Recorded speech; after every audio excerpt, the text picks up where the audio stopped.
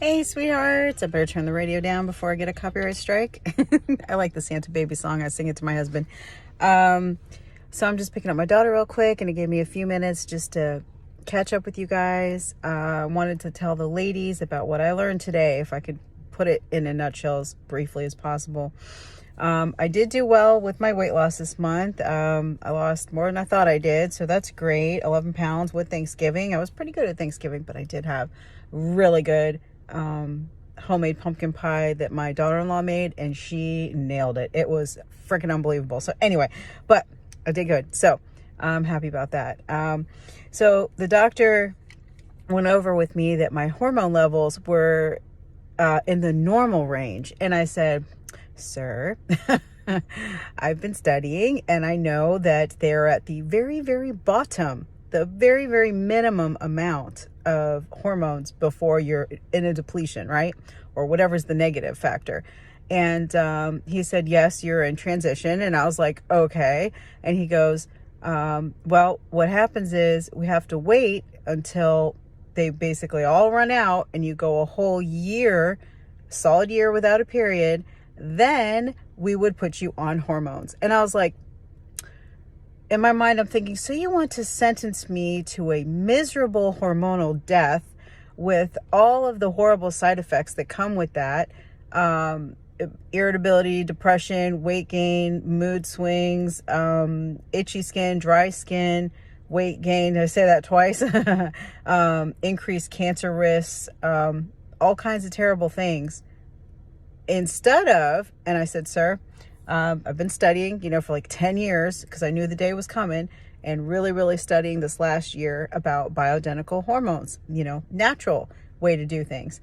And they're talking about doing it before menopause, pre-menopause, as soon as your levels are getting to the low, you regulate them. And I said that it only makes sense that you're putting your hormones back at a level that you were when you're younger. You're going to feel better, have better health, vitality, energy, and all those things.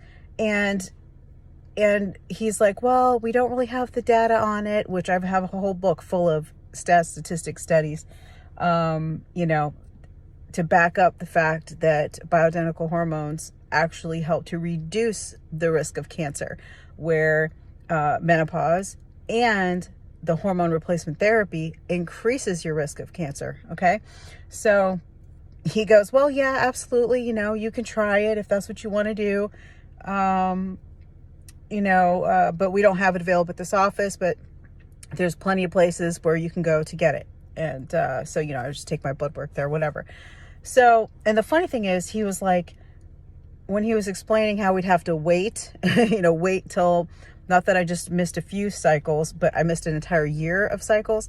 He's like, and if you have mood swings or if you're feeling depressed, we have antidepressants for you.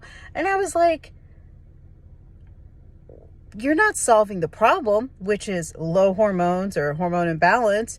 You want to band-aid it with antidepressants. And I'm like, I cannot think of the number of marriages that have failed because of women not being treated properly and actually be treated with nature instead of the pharmaceutical industry just making them sick and making them miserable and making their husbands miserable. They literally are letting them just dry up like a damn prune. And I'm like, I don't think so. I rebuke. Okay, I rebuke. So, and I thought, how terrible. So you're giving them the increased risk of cancer and saying, here, take some antidepressants. So you're making them crazy, because if you take antidepressants and you're not clinically depressed, you're depressed because of your hormones, that's going to cause problems, and it's not going to fix the problem. Then you take more and more and more, or stronger stuff, and you're gaining weight and your libido goes down even further. And I mean, talk about destroying marriages, destroying women. I can only imagine how the majority of middle-aged women out here are losing it, because they are not being properly cared for with their hormones, which is your lifeblood. I mean, that's everything. So I'm just like, I'm so glad that I can advocate for myself because I do my research and I go in there educated. So, of course, I listen to what he had to say. I think he's a good doctor. It's just, he does it the old school way. And that is not going to cut it for Mama Radha. I ain't having it. So, I had looked at a website where you can have it shipped to you through online, basically. I guess you send in your blood results and whatever, and you pick whatever, they help you with your products, to try to like price it out. So if you did the big pharma way, it's like $5-10 a month with your, my insurance, where this would not be covered by insurance, of course, because it's natural. It's like for 2 products, like $200 a month. So it's not cheap, but it's not horrible either. And if you're talking about feeling like, I did 20 years ago, yeah, that's what I'm talking about. It would help. I've seen so many women that do the bioidentical hormones. It's like their youth is back, their skin is good, their hair is good. Their sex drive is good, but I don't have a problem with that. But anyway, I've got all these other issues. So, I don't want to get to a point where that happens. That is not going to happen in this house. So anyway, and their energy is good. Energy is huge for me. I went through like just feeling exhausted for quite a while last year after our 3rd son graduated high school.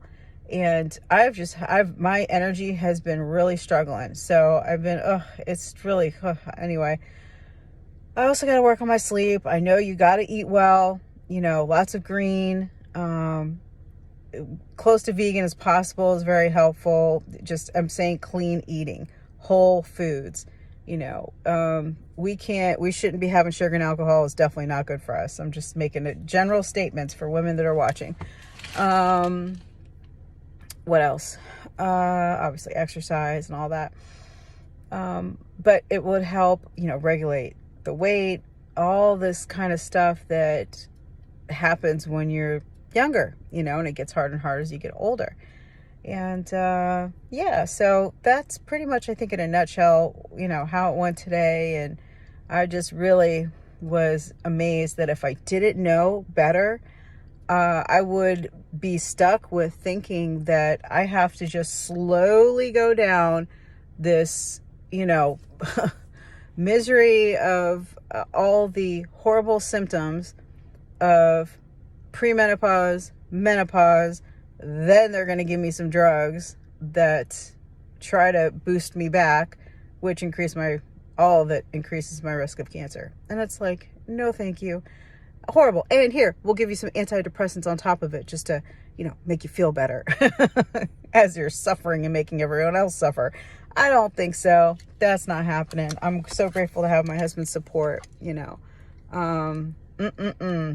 even cool. So anyway, a lot of women, I feel like, don't even think about these things. I kind of always did. I paid attention a lot to people, when I was younger, and I'd say, I want to be like that person. I don't want to be like that person. And I always was like, ooh, these older frumpy women are really miserable, and they look miserable. I don't want to be miserable like that. I like to age gracefully and have, youthfulness and vitality and whatever. And certainly their outlook, their spirit in life, what they eat, how they lived, their activity level, whatever, all that kind of stuff, all played a part, in those particular people that I saw as young at heart and aging very gracefully and things like that, And at least, let's see, how long has this been around? Maybe,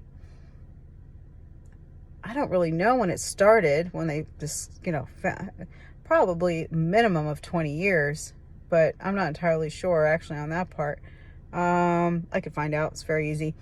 But if you study the Asian culture, they literally don't even have menopause over there. They don't have the symptoms that Western women have.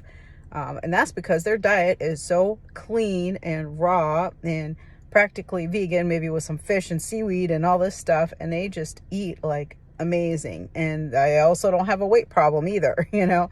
So, yeah.